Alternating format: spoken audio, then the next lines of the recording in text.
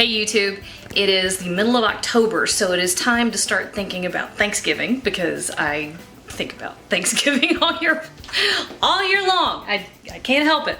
So I decided that this year I was going to reshoot some of my original videos on how to brine a turkey and how to roast the perfect turkey. So that's what we're going to do today. I'm going to show you all how to roast the absolute perfect turkey. And we're going to do it by making a brine. This is so easy. This is, and I think in my first videos I referred to a brine as a magic potion, and it really is. What happens when you brine poultry or pork is that this is kosher salt. The salt will open up the fibers and the muscles, and it will carry all of these flavors into the interior of the cells, right? And the salt opens it up and it takes these other things in with it as flavoring. This is one of the #1 ways to ensure that your turkey ends up moist and succulent. All right, this is the trick to prevent having a dry bird. All right, so here we go. I have, I don't know, maybe 4 cups of water, not very much. You want to use only as much water as it takes to cover the bird because you don't want to dilute these flavors any more than you have to, right? So this is a cup of kosher salt and about 2 cups of brown sugar. Sugar and salt are the basis of any brine. Actually, you can do a brine with nothing but salt water. But sugar and salt are #1 and #2. Now, the brown sugar does not make the turkey sweet, I promise. What it does do is help in caramelization on the outside of the bird. So we want a bird that tastes great and has a perfect texture, but we also want one that looks good. So that helps that to happen. Then we have some aromatics. A little bit of plain old yellow onion. This is the cheap stuff. We're gonna throw this in here.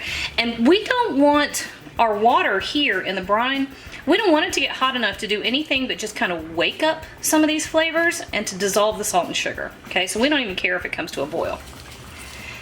A bunch of fresh thyme. Love fresh thyme. One of my favorite herbs. These are, I'll tell you 2 bay leaves because mine were kind of little. That is a 1/4 cup of black peppercorn and about 3 cloves of garlic. Now, all this is going to come into this pot, and I'm only going to bring it up to temperature to dissolve the salt and sugar. The reason is I'm going to turn around and chill this as fast as possible. And I don't want to add any additional cold water or ice more than I need to. I have a turkey over here in a tall, narrow container. Now, I have used just about any kind of waterproof container you can think of. One of my favorites, if I'm doing a big turkey or 2 or 3 turkeys, is a cooler. Just get a big cooler, disinfect the interior, scrub it out real well, and use that to brine your turkey. Now, Boone, hang on to that for just a second.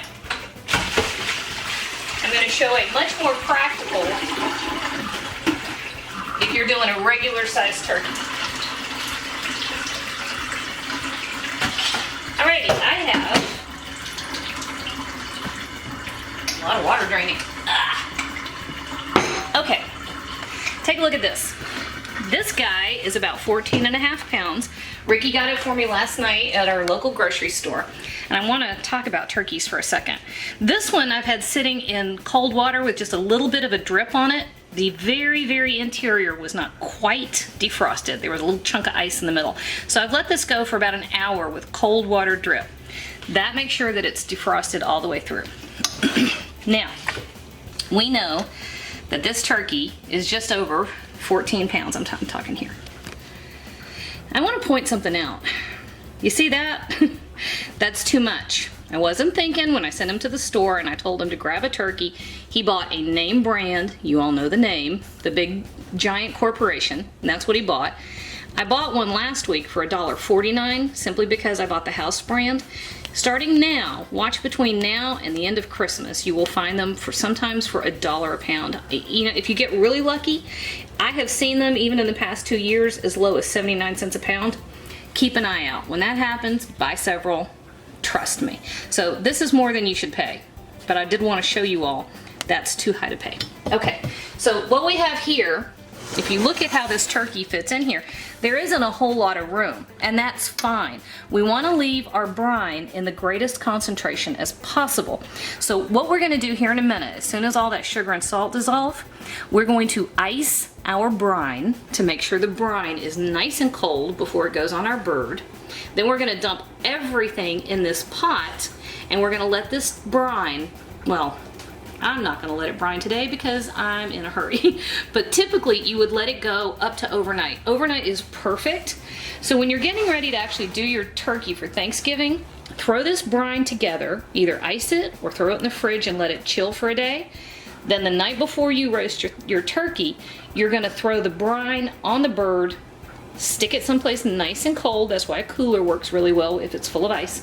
Nice and cold, and let it go overnight. All right? All right, Benny, hang on for, you pause that, and we're gonna come back and show everybody what this bird looks like once it's in the brine. All right, I did turn the heat off. Our sugar and salt have dissolved. I did turn the heat off because I'm gonna start adding ice. I wanna bring this up. It's really important as far as a food safety thing that you do not put hot brine on a bird, on a raw poultry. Okay, that's just an invitation to food poisoning for the holidays. Don't do that. All right, so this is it. This is all I'm doing. I'm adding ice until the temperature here is below 40 degrees, and then I'm gonna pour it on my turkey. All right, here's how I like to do it. I have loaded my tall, see, that's just a pasta pot. I've loaded my tall, narrow pot with the turkey. He's under here. And then I've got as much ice as I could get in there. And then here is my brine, which I have also loaded with ice. And I can't do this one-handed, but I'm gonna pour this brine over that turkey, and we're gonna let it sit for a while. Probably gonna give this one a couple hours. There really is not a period of time that's too short for a brine. Even if all you have is half an hour, give it half an hour. Action. Okay, all right, so our turkey has been brining right over here in this great big pot. This is what it looks like. And you know that if you can touch it and tell if it's nice and chilled. You can, if you want to, if you're worried about keeping it at safe temperatures, you can get one of these guys. This is a meat thermometer. I love it. I use it all the time for everything. This is also why we're not going to worry too much about what our roasting time is. We care a lot more about roasting temperature, but we'll talk about that more in a second.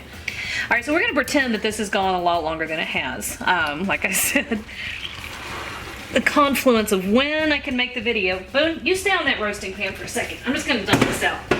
When I can make a video and the actual time I have to do it don't always come together perfectly. All right, so after you have let your turkey sit in the brine up to 12 hours, actually, you know what? I have done turkeys that I have let go almost 24 hours, but those are really big turkeys. When I do that, we're talking about I think that bird was 25 to 30 pounds. Do you remember when I made the turducken? You remember that? No. You don't? You were little. I haven't made a turducken in a while. I think I need to make another one. Anyway, when I had a turkey that was really big that I was using to make a turducken, I let that one go for right at 24 hours. And that was when I had a great big cooler. Okay, so let's talk about our setup here for a minute. When you get your turkey, you're gonna find a few things, okay? Couple places where I want you to check your bird. I want you to check up under here. This is the cavity, right? And you're gonna check in here, but you're also gonna look in here. This is the neck. And there is a nice cavity in here. Here's what happens, and this is a very common mistake, especially for new people that have not done many turkeys. These are the giblets, okay? It's the gizzard and the heart, a couple other things. If you want to make giblet gravy, I'm not going to do it today, but I do have a video on how to make giblet gravy. It's probably 7 years old, but the information is very valid. You're also sometimes gonna find the neck of the bird has been stuffed in here too. You just want to pull that out. You can use the neck to make turkey stock. I've also got videos on that. I'm not gonna redo it today. I may do it this year before Thanksgiving. So anyway, make sure that the cavity is empty here, the cavity is empty here at the neck. A lot of birds, this one doesn't have one, but a lot of birds will have a little red thermometer in the breast. I ignore those, okay? Those thermometers are made with a wax mechanism that melts when the breast meat gets to be 165 degrees. And yes, your turkey will be cooked all the way through, but I prefer to use a different method.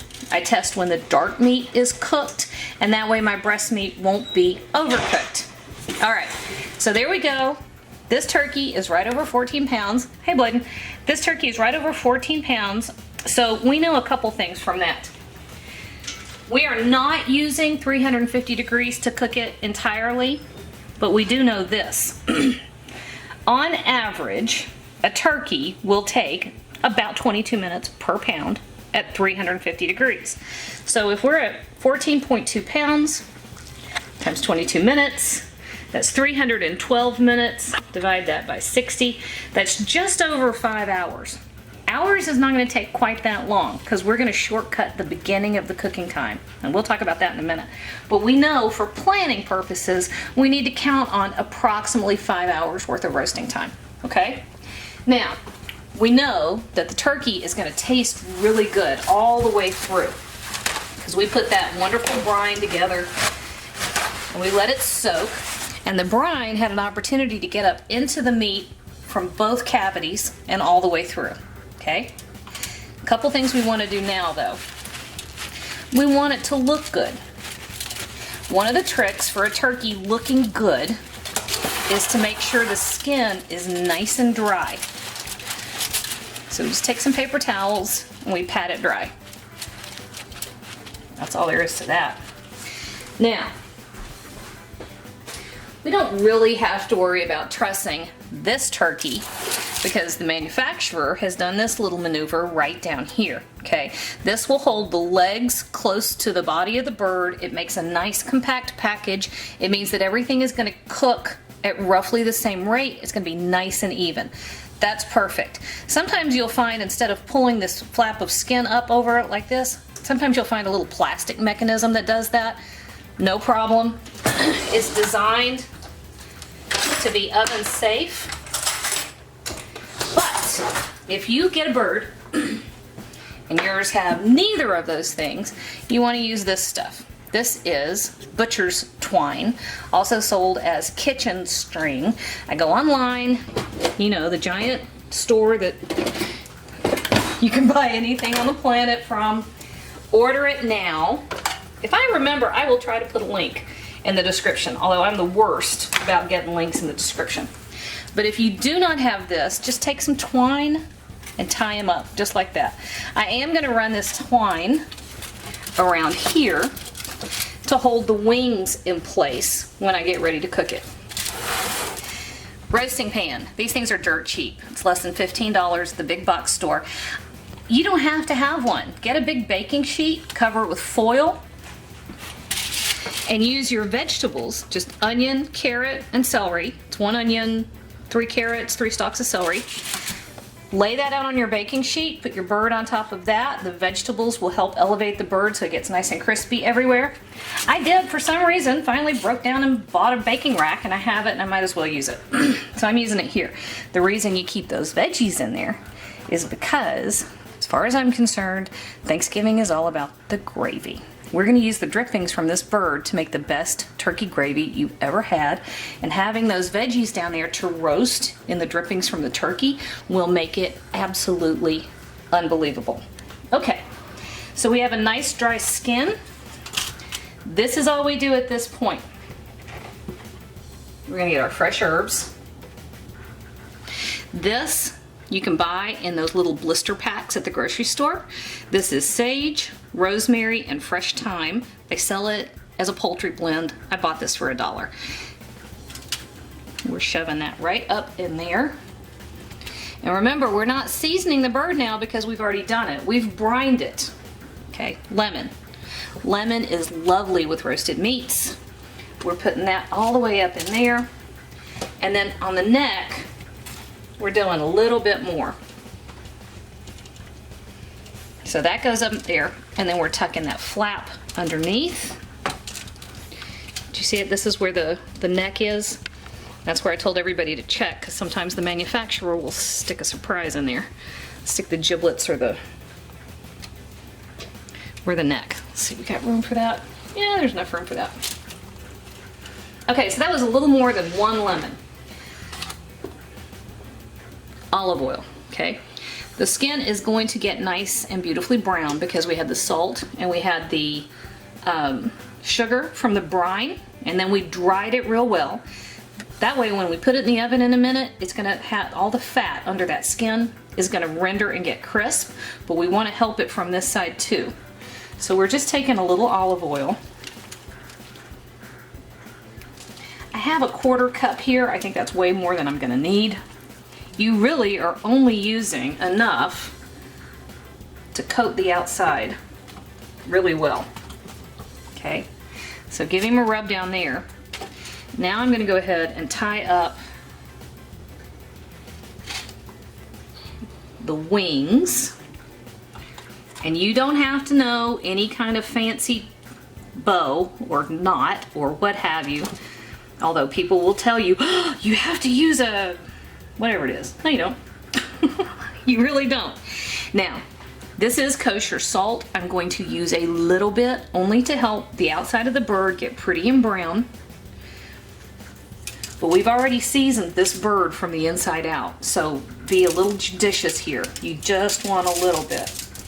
And this is simply because there are those people who think that beautifully golden brown skin is the closest thing to heaven you can find. One of whom is holding the camera. All right, Boone, hang on, I'm washing my hands. All right, so that bird is ready for the oven. I have my oven set to 500 degrees. This is why we're not gonna go longer than about 5 hours, because we're jump starting the cooking process on this turkey from the very beginning. 500 degrees is gonna mean that skin, the fat under the skin is gonna render out, it's gonna get nice and crisp, it's gonna get brown really early. And that's fine, because we're gonna be ready to throw a tinfoil tint on it if we need to. We're only gonna keep it at 500 for about 30 minutes. Then we're gonna turn the heat down to 350 and let it go the rest of the time. So, here is our final trick, Boone. Take the probe from your meat thermometer. We're gonna find this spot right here. Here's the top of the leg. We're coming right under there. We're coming without hitting bone. We want to get all the way to the interior of that bird. This is how we keep an eye on what's actually happening inside the bird. So we're going to set our thermometer to 165 degrees. We're really not going to mess with it other than to check it every once in a while to make sure it's not getting too brown. So we'll throw some foil on it if that happens. Okay, so you with me? Hot oven, 500 degrees for 30 minutes. At 30 minutes, we're gonna turn it to 350. We're gonna let it go until our internal temperature hits 165 degrees. And you know what? The rest of the time, it's hands off. So let's go to the oven. All right, y'all, 30 minutes. Woo, it's too hot. Can't get my camera in there, but 30 minutes, and that's what it looks like, and that's perfect. We're gonna close that up, and we're gonna reset our temperature to 350 degrees, and we're gonna leave it alone. That's it. We're gonna check it about once every, got the oven light on, so you can kind of see through the oven door. I'm gonna set it so that I can check to make sure it's not getting too dark, but we haven't even registered on our thermometer yet, so we've got a ways. All right, that's it. It's hands off at this point.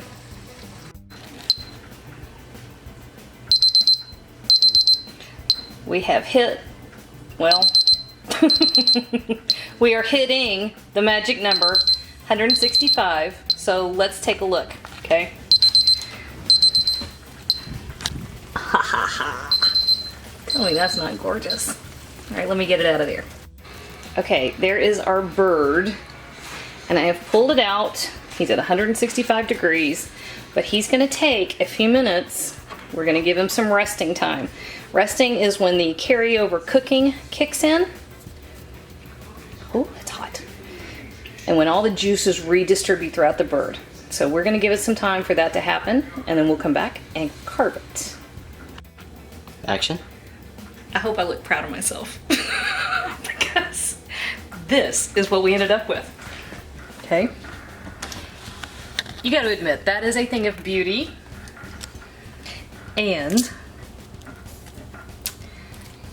it smells amazing. It's been driving the kids nuts. I think I've had 500 of them. Yeah, 500 different kids all come in just from all over the neighborhood to ask me when the turkey's gonna be ready. All right, so this is almost ready to carve. And I'll show you how to carve it in just a minute. But you see there's still a ton of steam. This thing is blistering hot. This is still resting. Do not underestimate how important it is to allow a turkey to rest. Give it at least 20 minutes. 30 is better. Don't cut it, don't poke it, don't peel skin off of it, no matter how much you want to, because otherwise the juices will come out of the bird and run all over the cutting board. Not cool, not what we want. So this is gonna sit here for another 20 minutes, and it's gonna completely rest. Then we will carve it. 3, 2, 1, action. All right, we're gonna carve the turkey real quick. Now I've got a couple standalone videos on how to do this, so if you really wanna take another look, I've got some older videos, but I thought, why not? It takes just a minute. I'll show you how to do this super fast. All right, so first thing we do is I took his string off, and then this one has that weird, like the skin, because we're gonna take the legs off first. And boom, crispy skin. There you go. Let's see how we did. Oh man. Yep. Okay. So the first thing you're going to do is take the legs off. And, well, that doesn't want to turn loose. There we go. So we're just going to run our knife around the top of the leg, right up here, and we're separating the leg and the thigh. Boom. And